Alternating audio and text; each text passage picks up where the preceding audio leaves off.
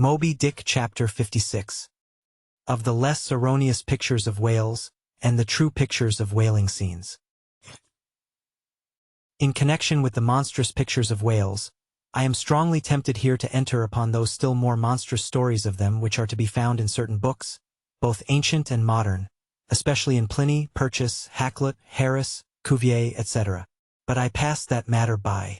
I know of only 4 published outlines of the great sperm whale, Colnett's, Huggins's, Frederick Cuvier's, and Beale's. In the previous chapter Colnett and Cuvier have been referred to. Huggins's is far better than theirs. But, by great odds, Beale's is the best. All Beale's drawings of this whale are good, excepting the middle figure in the picture of 3 whales in various attitudes, capping his second chapter.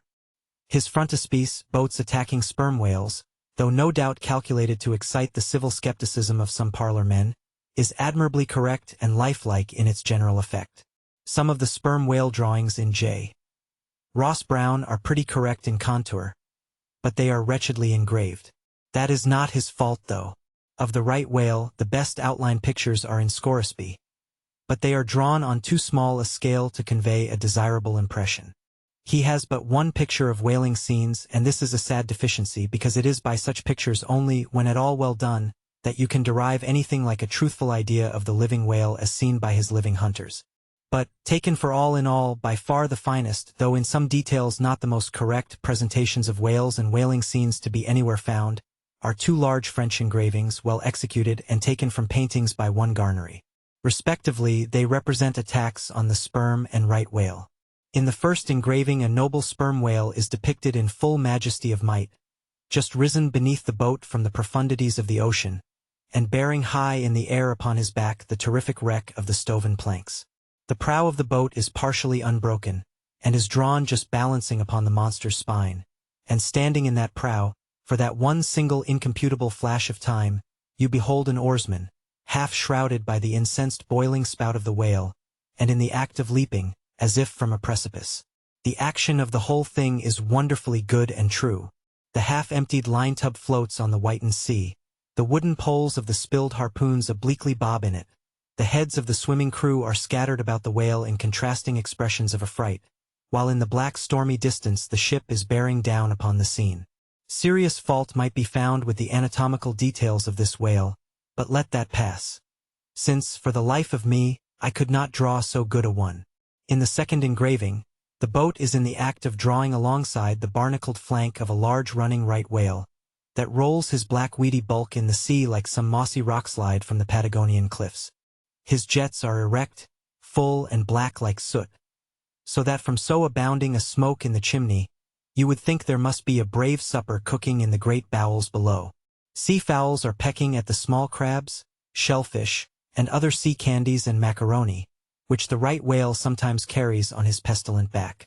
And all the while the thick-lipped leviathan is rushing through the deep, leaving tons of tumultuous white curds in his wake, and causing the slight boat to rock in the swells like a skiff caught nigh the paddle wheels of an ocean steamer. Thus, the foreground is all raging commotion. But behind, in admirable artistic contrast, is the glassy level of a sea becalmed, the drooping unstarched sails of the powerless ship, and the inert mass of a dead whale, a conquered fortress, with the flag of capture lazily hanging from the whale pole inserted into his spout-hole. Who Garnery the painter is or was, I know not, but my life for it he was either practically conversant with his subject, or else marvelously tutored by some experienced whaleman. The French are the lads for painting action.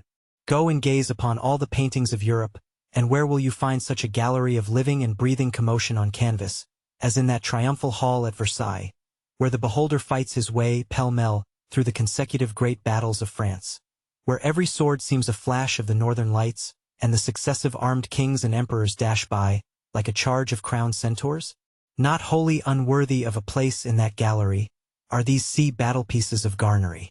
The natural aptitude of the French for seizing the picturesqueness of things seems to be peculiarly evinced in what paintings and engravings they have of their whaling scenes.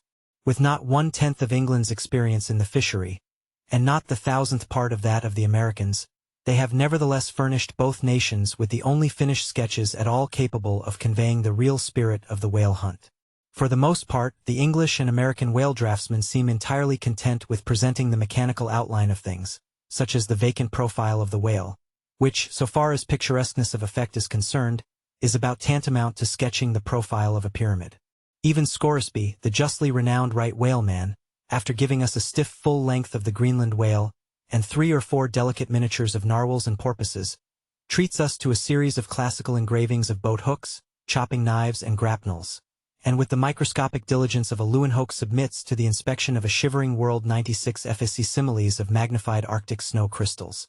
I mean no disparagement to the excellent voyager, I honor him for a veteran. But in so important a matter it was certainly an oversight not to have procured for every crystal a sworn affidavit taken before a Greenland justice of the peace. In addition to those fine engravings from Garnery, there are 2 other French engravings worthy of note, by someone who subscribes himself H. Durand. One of them, though not precisely adapted to our present purpose, nevertheless deserves mention on other accounts. It is a quiet noon scene among the isles of the Pacific. A French whaler anchored inshore in a calm and lazily taking water on board. The loosened sails of the ship and the long leaves of the palms in the background, both drooping together in the breezeless air. The effect is very fine, when considered with reference to its presenting the hardy fishermen under one of their few aspects of oriental repose. The other engraving is quite a different affair. The ship hove to upon the open sea, and in the very heart of the leviathanic life with a right whale alongside. The vessel, in the act of cutting in, hove over to the monster as if to a quay, and a boat, hurriedly pushing off from this scene of activity, is about giving chase to whales in the distance. The harpoons and lances lie leveled for use. 3 oarsmen are just setting the mast in its hole, while from a sudden roll of the sea, the little craft stands half erect out of the water, like a rearing horse. From the ship, the smoke of the torments of the boiling whale is going up like the smoke over a village of smithies. And to windward, a black cloud, rising up with earnest of squalls and rains, seems to quicken the activity of the excited seamen.